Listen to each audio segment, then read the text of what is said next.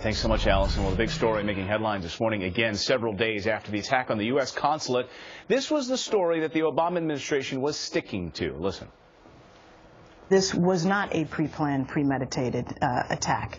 That what happened initially was it was a spontaneous reaction to what had just transpired in Cairo as a consequence of the video. Our current assessment is that what happened in Benghazi was in fact initially a spontaneous reaction. What our assessment is as of the present is in fact what it began spontaneously in Benghazi as a reaction to what had transpired some hours earlier in Cairo.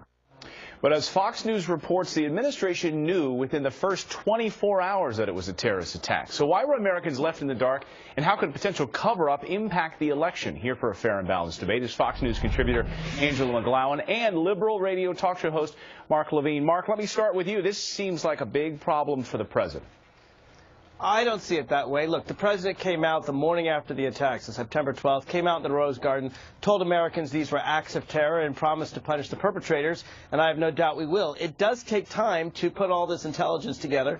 We now know, or appear to believe, that it was a local Libyan militia named Ansar al-Sharia that basically opportunistically hijacked the ongoing spontaneous protests. The Washington Post reported that it took 7 hours after the protests and the attacks began for them to go home, get their mortars, and use them to firebomb the consulate. So what intelligence analysts believe now is that they cased the joint. It was a pre-planned attack, but maybe the day wasn't pre-planned. So it did begin as a spontaneous protest. Then they came in, hijacked it, and killed those American heroes. Does that wash, Angela? The administration was lock in step with their statement. You had Hillary Clinton that came out. You had our UN ambassador that came out. You had Jay Carney, the White House press secretary, saying in essence that this attack was spontaneous, and it was because of an anti-Muslim video. Now we know to the contrary, and I'm so delighted that John Kerry, even though he's working with Obama on his debates, is actually going to lead an investigation to actually see what happened. We need to know what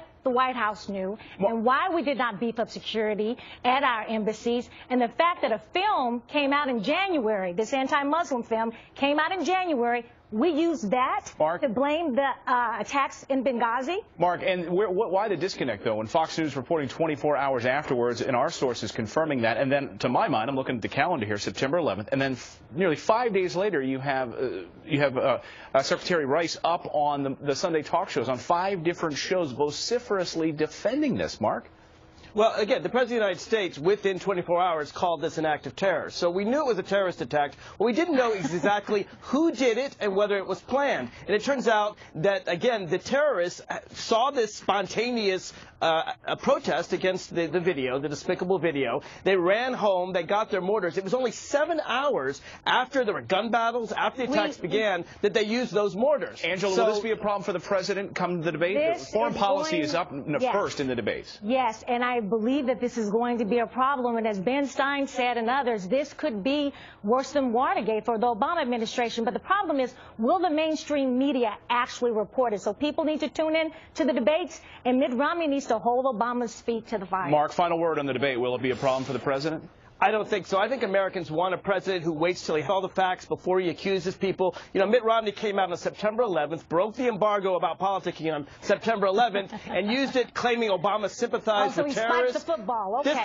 This president waited, and I think he's right to wait till he had all the facts. Well, we'll see how this plays out in the debates coming up. Not too much longer to wait. Mark and Angela, great to see both of you this morning. Thanks for coming in. Thank you for having us. Thank you, Clayton. Now, this debate coming up is spanking